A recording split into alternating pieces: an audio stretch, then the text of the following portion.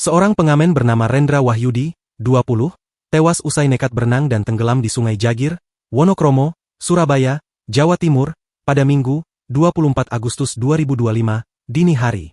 Warga Joyoboyo Timur, Kecamatan Wonokromo, Surabaya, itu awalnya nekat berenang ke sungai diduga karena menghindari razia dan kejaran Satuan Polisi Pamong Praja.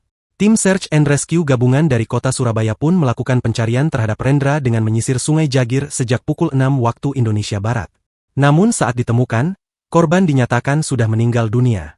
Terkini, usai kejadian Satpol PP Surabaya melakukan evaluasi. Kepala Satpol PP Kota Surabaya, Ahmad Zaini sendiri, telah mendatangi rumah korban di Kecamatan Wonokromo. Dia menyampaikan belasungkawa kepada keluarga korban.